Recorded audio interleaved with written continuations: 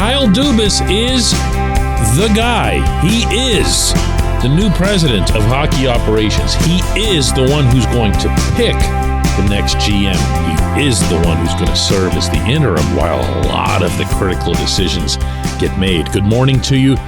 Good Friday morning. I'm Dejan Kovacevic of DK Pittsburgh Sports, and this is Daily Shot of Penguins. It comes your way bright and early every weekday if you're into football and or baseball. I also offer daily shots of Steelers and Pirates in the same place that you found this big day for the franchise.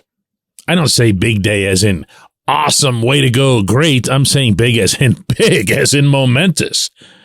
It's a really significant hire. It's one that you better get right. And I will today, as I've been doing for weeks now, express my reservations about someone who came out of Toronto, where people get ballyhooed beyond recognition. They get blown up, and I mean inflated for that context. They become rock stars around the hockey world because they were in Toronto. Ooh, like that matters. Won one playoff round in 5 years, despite having one of the league's most talented cores. And I'm not saying talented as in Austin Matthews wasn't a huge part of the problem in the playoffs. But no one would argue that Matthews lacks talent. And the same goes for Mitch Marner, William Nylander, and the other players up there that just get pumped up like crazy. Dubas was also the one who didn't bother getting the team a goaltender this year. Dubas was the one who really let the blue line lack for a long time, including this past season. There's nothing special about that defense core the Maple Leafs have.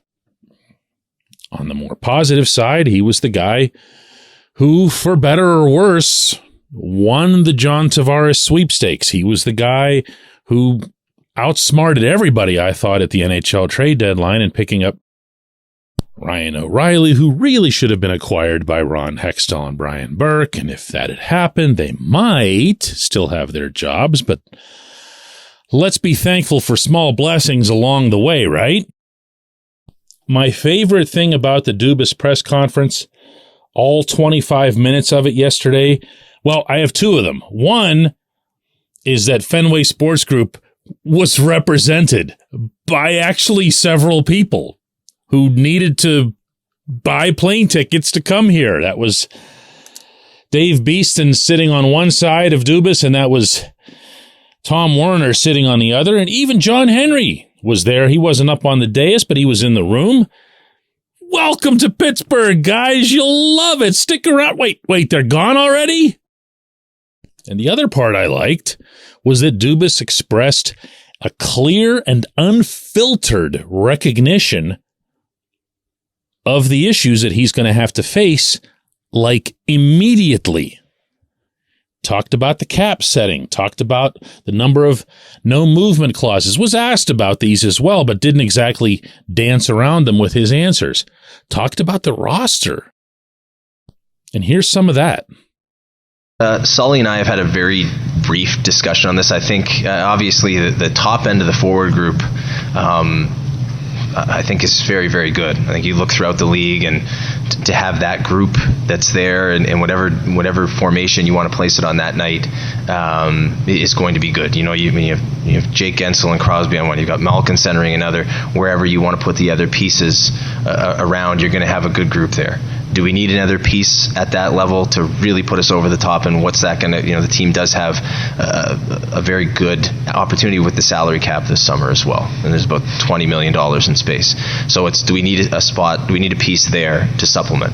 Then it's what types of players do we want in the bottom half of our lineup, to me, that can deliver the game back to those top players in a good spot, so they're not hemmed in their own zone, but they have utility, whether it's penalty kill, being able to drive the puck down the ice. In the end, I think there's a deep alignment, which is another reason why I'm here today, and the fact that those players are going to have to be super competitive, but they're also going to have to be good. That's not sugarcoating it, and he wasn't sugarcoating either when asked about Tristan Jarry and the goaltending. Said it's the number one priority. Has to be. There's no way it wouldn't be, but still nice to hear it. There was actually a healthy amount of Jim Rutherford in some of his dialogue. He just said things like they are. Now, maybe that's easier to do in an introductory press conference where everybody wants to like you, but also where nothing that's happening that's wrong was your fault. So you can say things like they are because you aren't the guy who brought in Jari, or you aren't the guy who had Jeff Carter get the no movement clause. So you can say stuff like that. Maybe that becomes more difficult. No, it definitely becomes more difficult over the course of time. But this is the place to start. Being open and honest with people is a place to start. It has not been an organizational strength, to say the very least, since Rutherford left. And I'm not just talking about the GM position. I'm talking about the entire front office. These FSG guys are sitting there like, well, literally like they own the place, which they do. So come and see it once in a while. Come and partake in events once in a while, other than when somebody gets to their 1,000th game and somebody's popping champagne. As much as I appreciate and respect Mike Sullivan's candor in some situations, he never comes remotely close to saying anything negative about an individual player, other than, well, we need more out of him or something like that. And while that doesn't matter, public statements don't matter, if you say it often enough and you get huffy and puffy about it often enough, the sentiment can calcify. And then it becomes a real thing, like you're really, really, really defending Jeff Carter's presence in the lineup because he's okay at faceoffs. I don't know how Dubas is going to be. I don't know if he's even going to be anywhere near as accessible as he seemed that he'd be in this setting. Heck, I don't even know exactly what he's going to do. We might be seeing the exact opposite of the Brian Burke situation in that role, where everyone wondered what it is that Burke does and never really found out. Now you're going to be wondering, I think, what is it that Dubas isn't doing? How much is he really going to give to this GM? Is it going to be a GM in name only? Don't know. But the one thing that you can feel a little bit good about, I think, out of this day, while being open-minded about everything else related to what this guy can do here, is there at least seemed to be some honesty, some down-to-earthism, something that actually felt like Pittsburgh coming from the Penguins for the first time in a long time. When we come back, J1Q.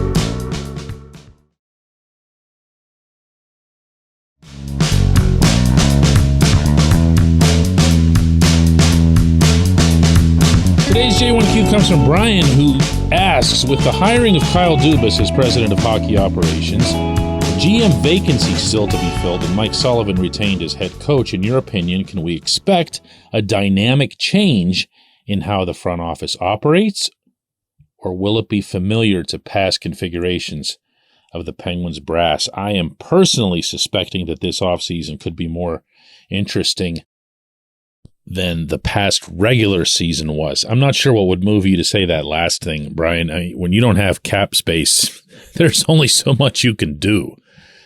You can let Jason Zucker walk if that interests you. You can obviously lose Tristan Jarry. You're losing Brian Dumoulin.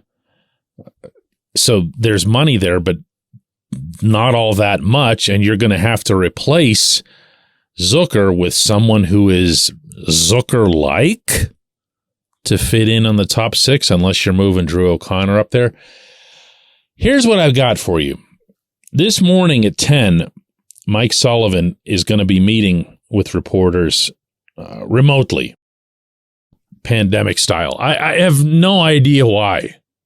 I really don't. It's not very Penguins-like to make people available in the off season. So to have Sullivan come on and, answer questions, I guess it would just be about the new president of hockey operations or whatever. I don't really get that. But whatever, reporters never turn down access, will be happy to participate. That, Brian, is going to be your first sign. I think way more than anything Dubas said. If you hear Sullivan saying things today that don't sound like Sullivan, like say, for example, hey, Drew O'Connor really impressed us over there in Finland just now at the Worlds. Looks like he could be a top 6 guy for us. Maybe he could be our version of Matthew Tkachuk or whatever. If you hear him say things like that, or if you hear him say things like, I can't even get this one out of my mouth, but like, man, this Jeff Carter was killing us. It's about time we got a GM who's going to get rid of him.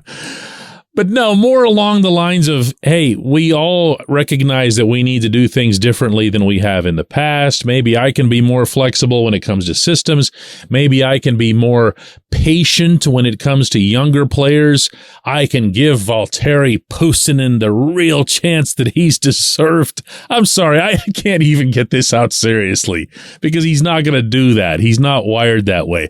But if you hear even the tiniest inclinations from Sullivan that maybe he might be doing some things differently, then maybe the conversation that he'd have had with Dubas will be more two-way than one might have thought in advance of a hiring. Follow me on that? What have I been emphasizing here relentlessly when it comes to whoever was going to get hired for this top role? It was that they need to be able to walk into the coach's office and say, hey, Mike, got a minute? And it doesn't have to be confrontational. It doesn't have to be, I know more than you. It can just be some questions. It can be some information that gets exchanged. It can be letting him know that Carter's been traded to Arizona for some draft picks so they could take on the cap space. Yes, I know, no movement clause, whatever. I tried. It will be telling, though. It really will. What he says today and how. I'll tell you this. I'm going to parse this one way more than the Dubas session. I appreciate the question. I appreciate everyone who listens to Daily Shot of Penguins. We will do another one of these on Monday.